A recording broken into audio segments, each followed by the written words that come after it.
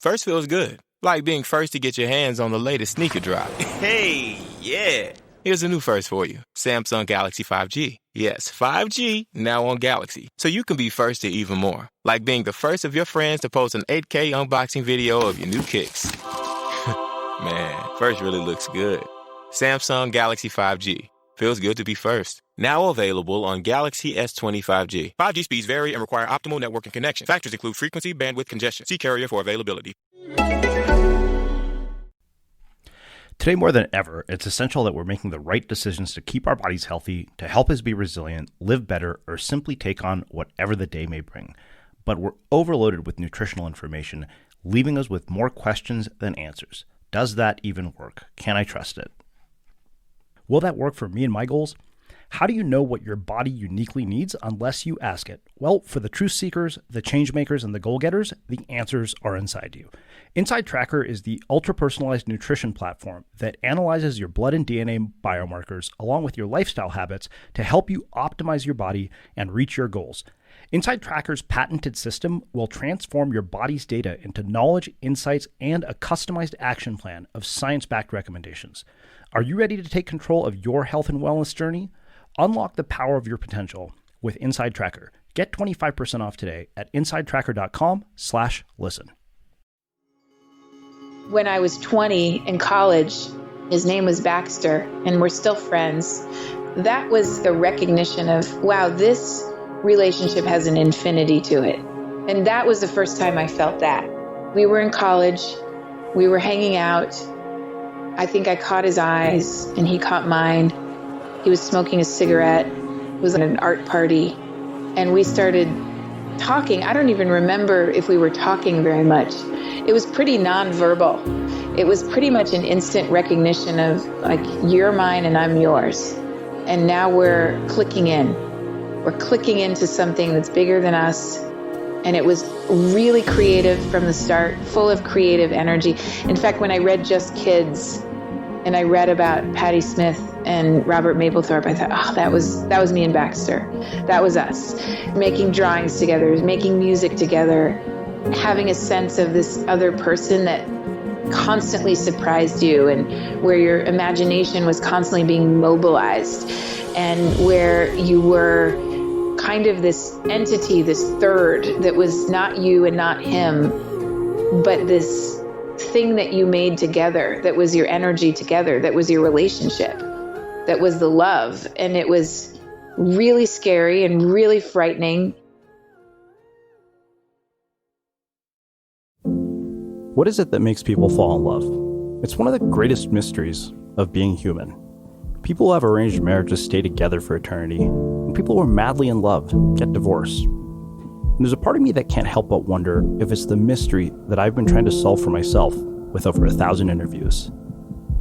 There's almost no other part of being human that comes with the possibility of so much joy, and on the flip side, potential for so much pain.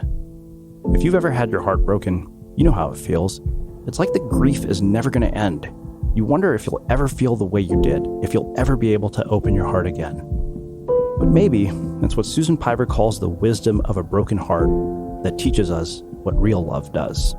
There's nothing more frightening than love. There's nothing more vulnerable. It's the most vulnerable state. You have given your heart to someone. They see you. You see them. I don't remember how many layers of clothing you put on. You're always naked. And it's extremely vulnerable. So you want to lock this thing down and make it safe. And of course, there's no way to do that.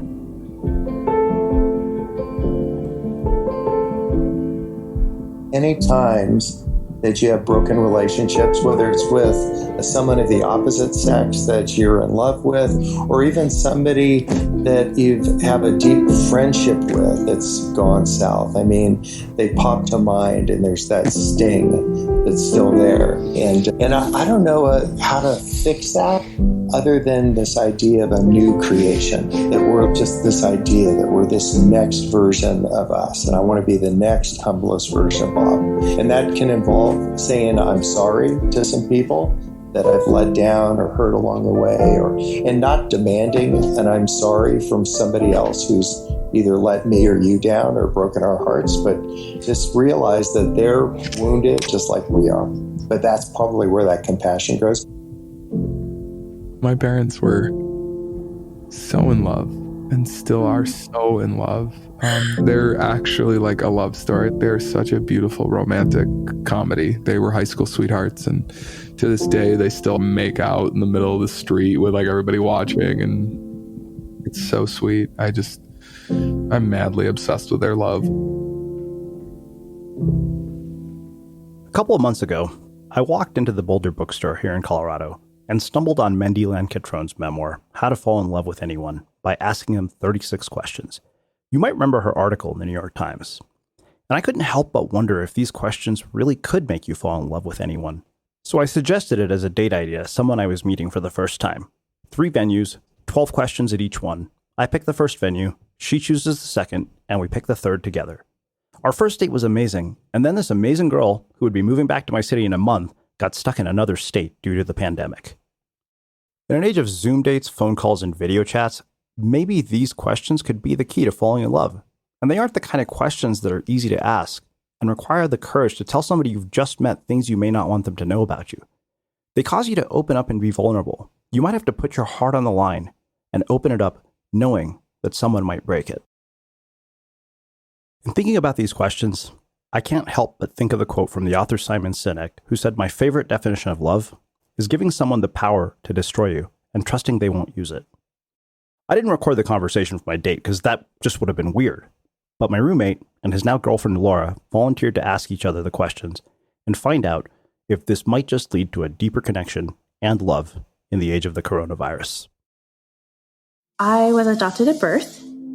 So my adoptive family just surrounded me from the very beginning. And I have always felt like 200% a part of the family. Growing up, my mom stayed at home with me and my sister. She's a teacher, but she took that time to raise my sister and I when my dad did most of the working, which is amazing. He was such an amazing provider to us always, and he set a great example for how to be responsible from a young age.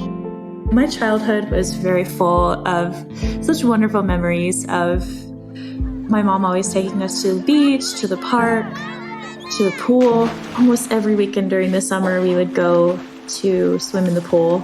There was a diving board. Oh, it was great. Back when those were legal. Of course, I hurt myself on it a few times, but didn't everyone hurt themselves?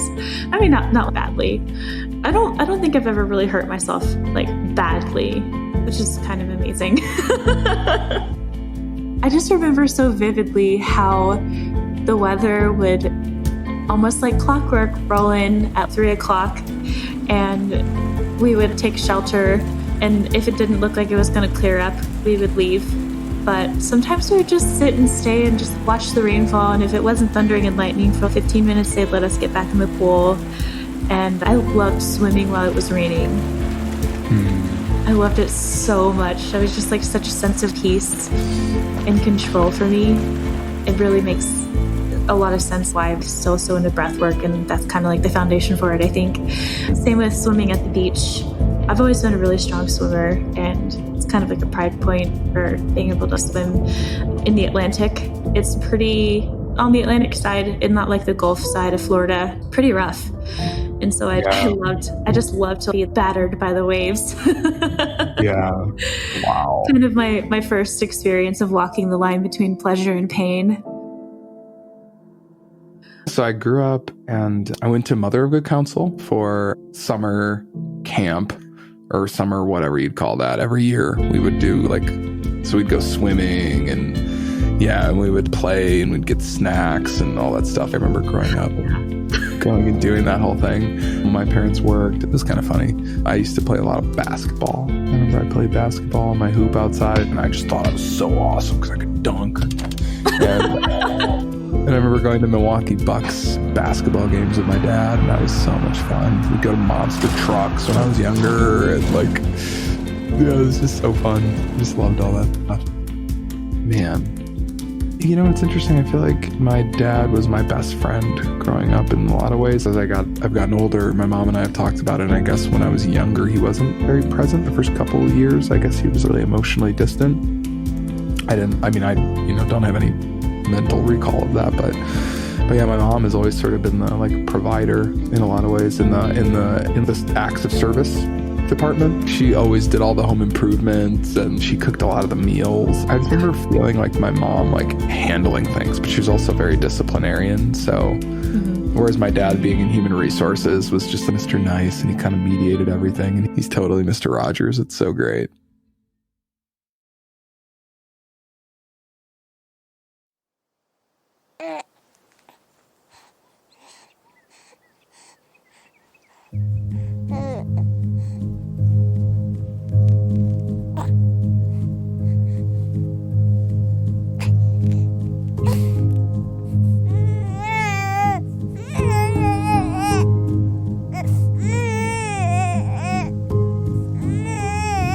The relationship with the parent is a primary relationship, and could be mother or father or both, or primary caregiver, for some people. But like if you think of the brain as soft wax in a way, and then there's an imprint, right? There's an imprint made there by the early relationships. And so the child doesn't know that this isn't how the whole planet operates. For the child, mother is my planet, mom, mommy, mama.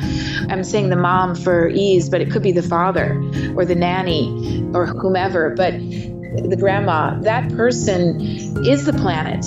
So whatever laws of gravity and relationship apply, feel like this is the way the world works, and so those patterns take some undoing and redoing when they're not healthy in the long term. So, in the practice, for example, say I'm starting with a session with a new patient, and let's say they're late and they come into the room and I'm sitting there waiting and I'm not feeling particularly anything about them being late. I'm just taking it in, and they have this look on their face. They're already cringing. They're expecting me to reprimand them, say, but they're not even saying a word to me. They're just showing me, right? And then they might apologize 5 times or something, that already I'm getting a lot of a sense of how it went down in a primary relationship for them, right? That there was someone that was highly critical. There was someone that they sort of had to do the lion's share of apologizing, and apologizing was somehow the way back into some kind of relationship, etc.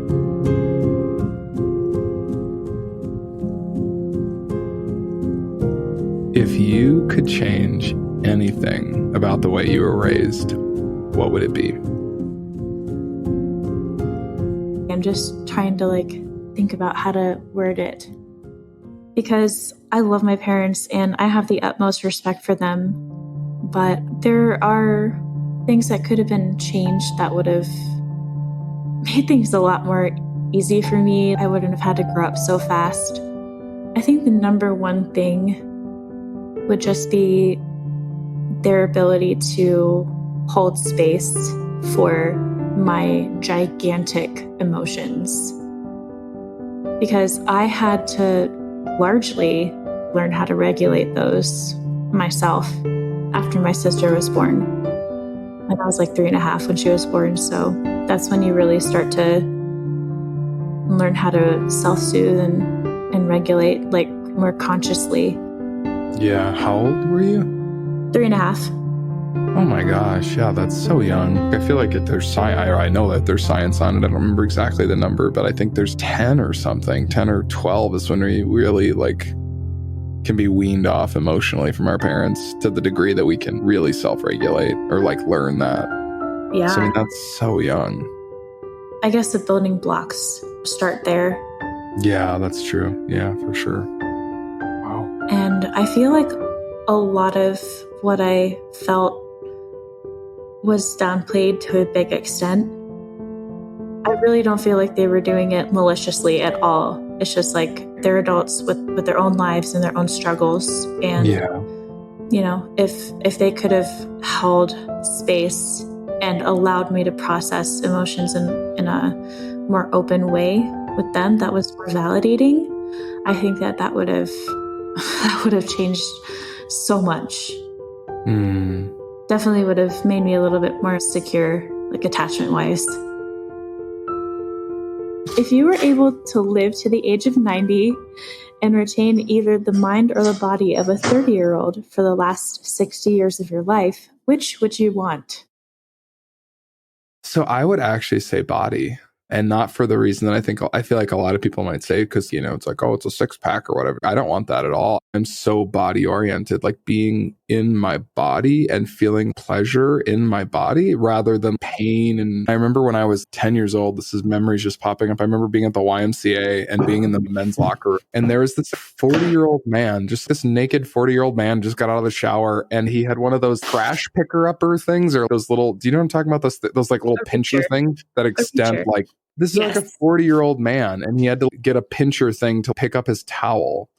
And I was like, oh my gosh, I am never, that will never, ever be my experience. I am going to be so in my body, so connected to myself for the rest of my life that I will never allow for this. And I just, that was so profoundly impactful. And I don't know, something about him being naked too was just this idea of the mortality of being human. There was nothing hidden. It was just like, this is him. Fragility. Yeah, thank you. That's a better word.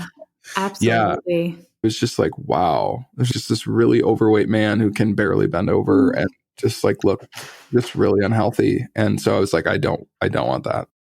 As much as I obviously want my mind, I feel like you can obviously, and that's probably why this is such a good question, because you can obviously answer either. I have some friends from Wisconsin, and I think about like just how simple some of my friends' lives are. And not that they're stupid by any means. I think they're incredibly intelligent people, but just that life is really simple and they just really love that. And I think that's really beautiful. And so if my mind wasn't there, but I was able to do the basic things of life, for me, if I had to pick one, I think I would say my body. Mm-hmm. If a crystal ball could tell you the truth about yourself, your life, the future, or anything else, what would you want to know? This is a weird one. It's totally weird. It's really weird. Okay. So I've been watching that Netflix documentary about babies. Have you seen the commercials for that one? Well, not commercial, the trailer. What's it called? It's called Babies. It's just called Babies. Just babies. Yeah, it's about like the neuroscience of babies and like everything like development and like just like an exploration of like all this new stuff that they're finding. And I feel like it would just give me like a lot more patience because my biological clock is ticking very loudly in my ear.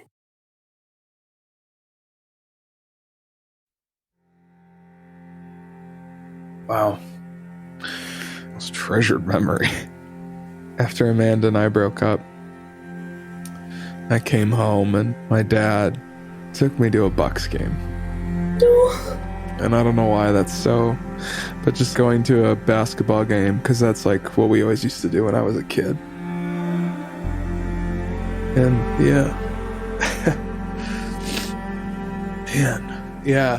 like as a kid, it's just like that was like the one thing where I felt like my dad was invincible. He could just take me to these basketball games and it was just like, wow, my dad created all this.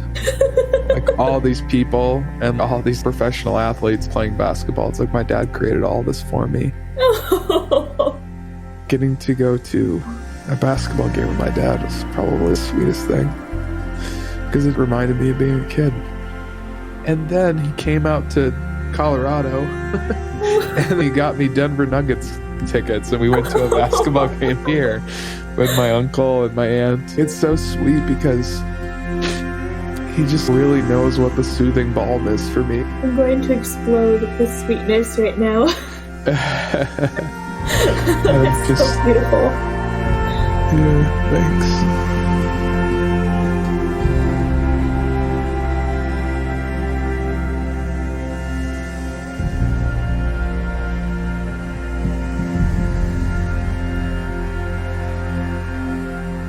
Laura, what roles do love and affection play in your life?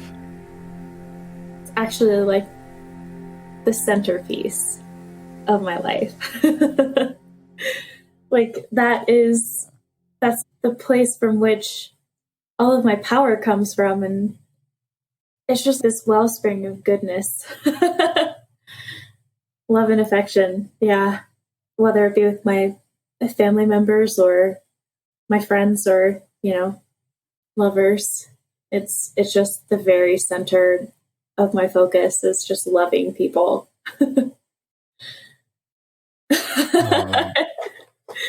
That's so true about you from what I can already glean.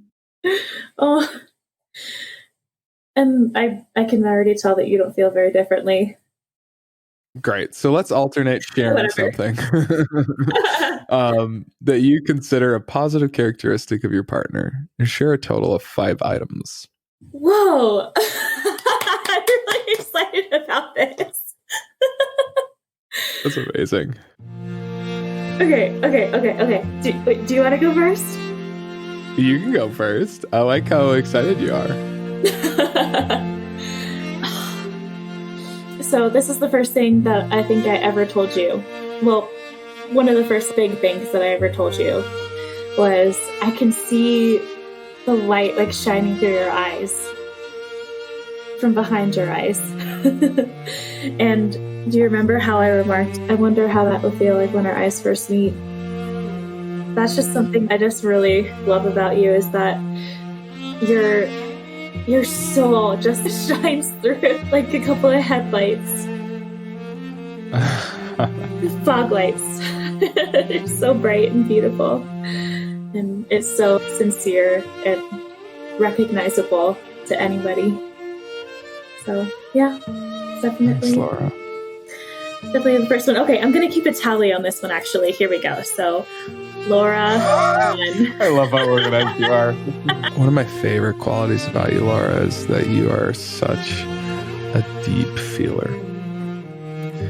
Like and it's like, it's because I think growing up, I was so unpresent, and you are so present, and you experience each moment so deeply and so impactfully, and it just holds you and you hold it, and it's like you're married to the moment, and I just love that about you. Because I feel like I'm so much more present when I'm with you. I feel really present right now because of your presence. It pulls me into stillness in a way that I've never experienced before meeting you. You're gonna have to give me a second to think about the next one, because that just blew me out of the water. I think the next thing that I'll mention is that I endlessly appreciate how plugged in you are,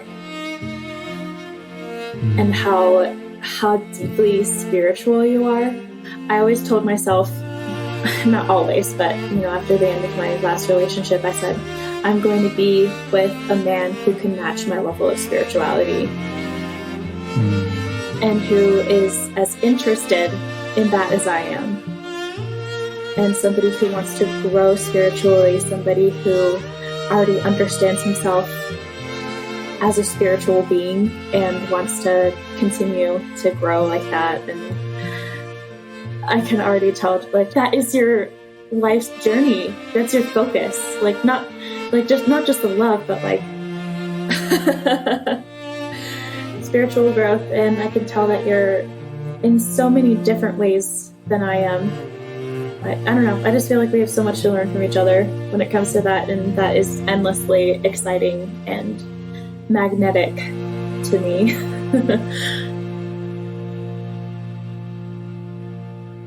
Well, I just think you're stunning. I think you're so beautiful. That's just what just came to my mind just now. I just love all the, I don't know, it's just your hair, the way your eyebrows are shaped. I love your nose ring. I love your beautiful, gorgeous eyes. I just think you're absolutely stunning, Laura. Thank you. And I just love how you care so deeply about your work and about the people that you surround yourself with. That's something that I want to continue to embody. Like I said earlier, even about friendship, is I just feel like you embody deep loyalty to the people in your life. including your clients. And I just like, that's so beautiful to me because that's how I look at it too. All of my clients, it's a relationship. Yeah, they pay me money. They pay me good money, but it's like they pay me that money because I love them into healing. And I feel like you do that exact same thing. And I cherish that so much and honor that so much in you. I think that's so beautiful.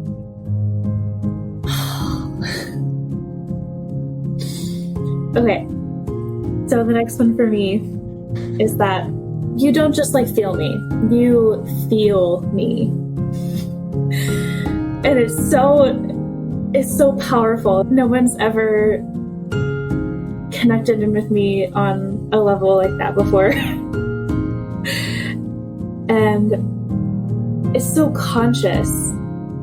You know, you're doing it because you want to know me and you want to feel me at that depth. And I know that we haven't even scratched the surface yet, which is the craziest part about it. So you also feel so deeply, and I feel like it could just go deeper and deeper and deeper, and there's no end to it. So I just really have this sense of power from that. I don't know how else to describe it. It's just so intense in the best way possible. I feel so energized when I'm around you. And I'm a projector. It's like you pull something out of me that I have never experienced with a woman before. I feel seen. I feel considered. I feel thought of. I don't know what it is. I feel like I'm more of a man when I'm with you. That's so strange to say, but yeah. I feel like I'm feeling myself like more when I'm with you. Because you're feeling yourself and it's so good. Yeah. I love it. Yeah. You see it on my face. I'm so fucking happy right now. Oh, I love how happy you are. It makes me really happy to see that. I could go on and on about like the things that I appreciate about you physically. Well, you know, the first thing that I mentioned was your eyes, and I could study those for hours. And your aesthetic, just the way that you carry yourself, the way that your body moves, the way that you dress your body, the way that you present yourself to the world is so like, it's so casual but put together in the best way possible. I freaking love it because like you're just, I don't know, I feel like you don't feel like you have to put on a face for anybody, but the face that you have is already your best face. Wow. And like your persona is like already your best persona. The shape of your face and your lips and your build, like the shape of you. I can't believe I'm saying all of this on a podcast. You are such a man, and yeah, I definitely feel you pulling out so much more of my femininity, and I've really been connecting into that a lot naturally, but I really fucking love this. I've never felt more myself than when I'm with you. And what's beautiful is there's like this beautiful extended release on that, because I then feel it for days on end that I'm so being myself. Wow. Like it feels so natural. I feel so natural when I'm with you. It's so organic. I know. Now I understand that song. You make me feel like a natural woman. Oh, that's it. That's it. That's it. That's it. Wow. That's the exact feeling. Like that song is just ringing out in my head right now. I love it. Wow. And I love that I can make you feel that way.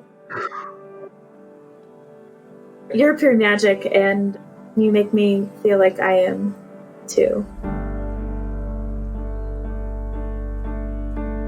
After 10 years and 1,000 interviews, the mystery of love is something I've yet to solve in my own life.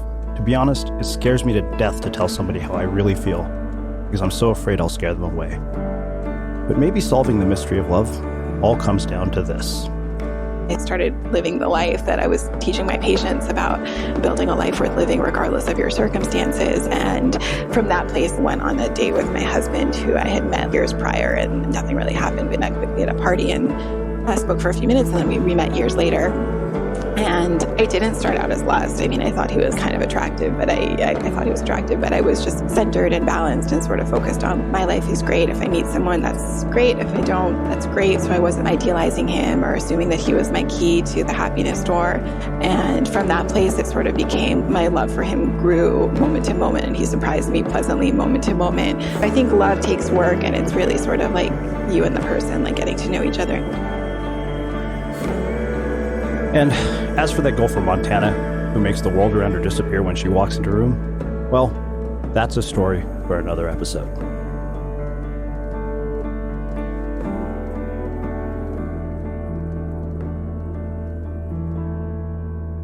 Sound design for this episode was done by Josh Ballard. Featured former guests from the Unmistakable Creative podcast include Megan Poe, Susan Piver, Bob Goff, and Jenny Taitz. And special thanks to my roommate Matthew T. Cooke and his girlfriend Laura Foster for agreeing to be our guinea pigs.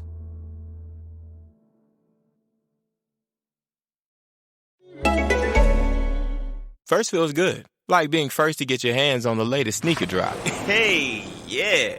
Here's a new first for you, Samsung Galaxy 5G. Yes, 5G, now on Galaxy. So you can be first to even more, like being the first of your friends to post an 8K unboxing video of your new kicks. Man, first really looks good.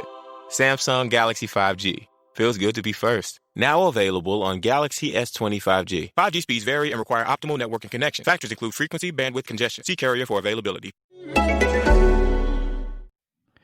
Today's episode of The Unmistakable Creative is sponsored by Campfire Poetry, a multimedia art project focused on adapting classic poetry through the lens of contemporary art forms like animation, dance, contemporary painting, and contemporary photography. The project focuses on providing emerging young artists working in more experimental artistic fields an opportunity to create new work with their own unique perspective, experience, and creative intuition, given a space to thrive and flourish. And they have a really neat collaborative process between multiple artists in which a voiceover artist passes a poetry reading to a composer who creates a score based off the text of the poem and the voiceover artist's interpretation of that text. And then that original composition gets passed on to a visual artist who uses the text, reading, and music as the emotional canvas with which to create an animated short film, dance film, photograph, or painting series that captures the spirit of the original poem while revealing the work's hidden depths. So it's really cool to see all these different artists working together and to see what happens when creative collaboration takes place. To learn more about the project, see the works created for it already, and make a tax-deductible contribution at campfirepoetry.com. Again, see the works created for it already and make a tax-deductible contribution by visiting campfirepoetry.com. First feels good, like being first to share the latest summer anthem with your friends. So here's a new first for you, Samsung Galaxy 5G. Yes, 5G, now on Galaxy, which means you can be first to even more, like streaming the latest TV show with virtually no lag, so you can be first to tell your friends all about it. Samsung Galaxy 5G. Feels good to be first. Now available on Galaxy S20 5G and A71 5G. 5G speeds vary and require optimal networking connection. Factors include frequency, bandwidth, congestion. See carrier for availability.